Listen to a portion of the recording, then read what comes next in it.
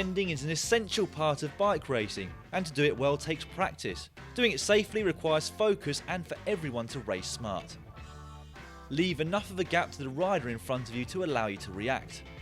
Keep focused. It's tempting to want to relax on descent, but this is the time to be really focused and not let your mind wander. Not only are descents more dangerous, but if they follow a climb, if anyone around you is particularly fatigued, they may make mistakes to which you need to react. The gap you leave to the rider in front depends on the speed with which you're travelling and the confidence that you have in the rider in front of you. For example, if you're following an experienced racer, then you can be confident of following them closely.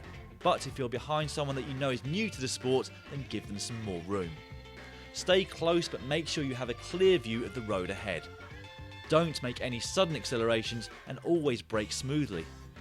Look ahead to see any corners or other hazards rather than fixating your eyes on the wheel in front. Do not take any undue risks and do not cross over the white line in the centre of the road, especially on a corner.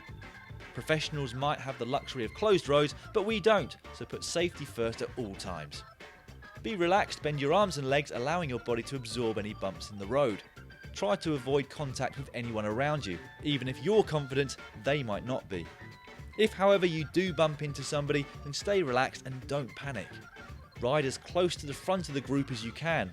If it's a fast descent where you don't need to pedal, then being on the front and able to choose your own line is the best option. If you're too far back in the group, you're more likely to be involved in or stuck behind crashes, and you'll not be able to choose your own line or see hazards clearly. The safest position is on the drops with a couple of fingers resting on the brakes.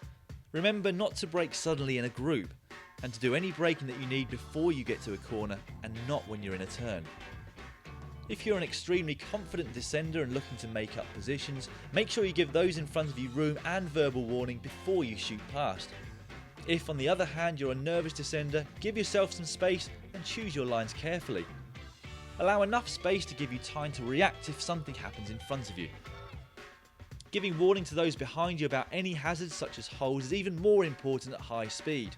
If you don't have the confidence to take a hand off the bar to signal, then make sure you give a loud and clear verbal warning to those around you. Just like cornering on your own, technique on the bike is important. If you're going around a left-hand corner, keep your right crank down and apply pressure to the pedal on that side. This will give you more traction and stability. Once you start racing regularly, it won't take you long to recognise the riders that make it into the breakaway more often than not. It's a good idea to watch what they do. Not only will you learn from them quickly, but if you stay near them and are able to follow, you could well also find yourself making the decisive breakaway.